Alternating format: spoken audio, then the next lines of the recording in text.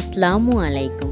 আজ আমরা চলে যাচ্ছি ঝিনাইদহের এক শান্ত, সবুজ আর স্বপ্নময় বিনোদন কেন্দ্র Johan dream valley park and রিসোর্টে।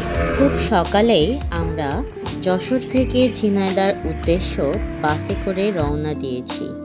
যেহেতু আমরা বার্ষিক বনভোজন উপলক্ষে যাচ্ছি, সে কারণে বাসের ভিতরেই ছিল সকালের নাস্তার সুন্দর আয়োজন।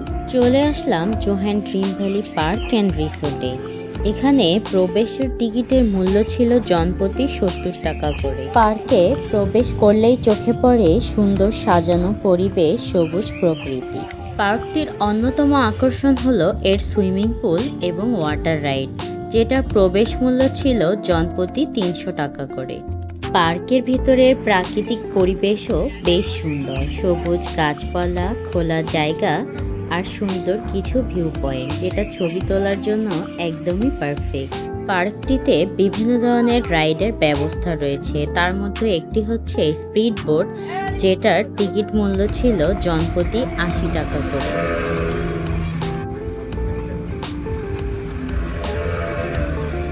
খাবারের জন্য পার্কের ভিতরে বেশ কয়েকটি রেস্টুরেন্টের ব্যবস্থাও আছে। এই পার্কের একটি বিশেষ দিক হলো এর সুন্দর ল্যান্ডস্কেপ ও নান্দনিক সাজ।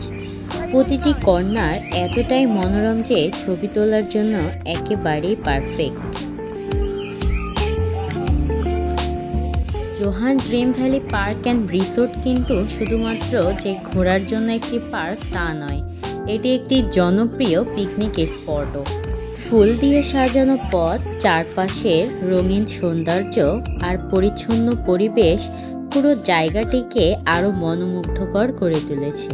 প্রকৃতির এই সুন্দর আবহে হাঁটতে হাঁটতে যে কারোরই মনটা ভালো হয়ে যাবে। এখানে টিকিট ছাড়াও বাচ্চাদের জন্য কিছু ফ্রি রাইডেরও ব্যবস্থা ছিল এবং চা কফি খাওয়ার জন্য বিভিন্ন ছোট ছোট ক্যাফেও রয়েছে। ঘুরতে ঘুরতে এই পর্যায়ে আমাদের লাঞ্চের সময় হয়ে গিয়েছে। বার্ষিক বনভোজন থেকে আমাদের লাঞ্চেরও ব্যবস্থা ছিল গরু, মুরগি, পোলাও, সবজি, সালাদ, কোক, পানি।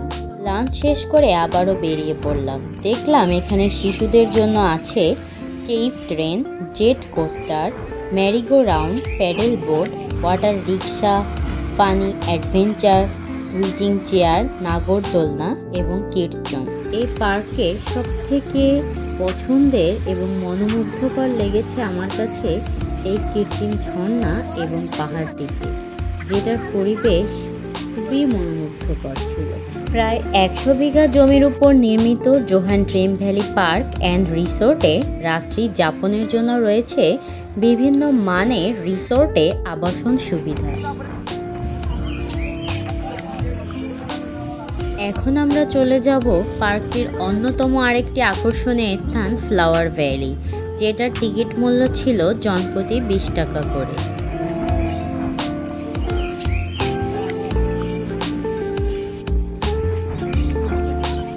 এখানেও খুব নান্দনিকভাবে ফুল দিয়ে সাজানো ছিল জায়গাটা। এটাও আমার কাছে খুবই ভালো লেগেছে। ছবি তোলার জন্য একেবারেই পারফেক্ট একটি স্পট। আমি কিছু ছবিও তুলে নিচ্ছিলাম। এখান থেকেই কিন্তু সেই স্পিড বোর্ডের দৃশ্যটাও আপনারা উপভোগ করতে পারবেন। তারপরে হেঁটে হেঁটে দেখছিলাম কি কি রয়েছে। তারপরে চলে গেলাম উপরে।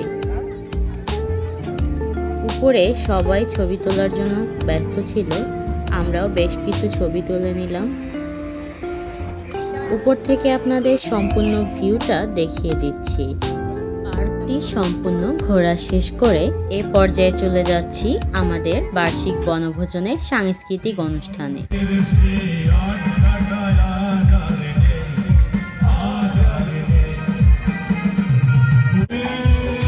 ভোজনে বিভিন্ন ধরনের গেম এবং লটারির ব্যবস্থা ছিল। আমরাও 4টি টিকিট কিনেছিলাম, যেটার প্রথম পুরস্কার ছিল একটি ফ্রিজ। মোট 50টি পুরস্কারের ব্যবস্থা ছিল। এখন লাকি কুপনের নাম্বারগুলোকে অ্যানাউন্স করা হচ্ছে। আপনারা যদি ঝিনাইদহে ঘুরতে আসেন তাহলে বলবো অবশ্যই পার্কটিতে ঘুরে যাবেন। আজকের মতো এখানে আমার ব্লগটি শেষ করছি। দেখা হবে পরবর্তী কোনো নতুন ভ্রমণ গল্পে। সে পর্যন্ত সবাই সুস্থ থাকবেন। আল্লাহ হাফিজ।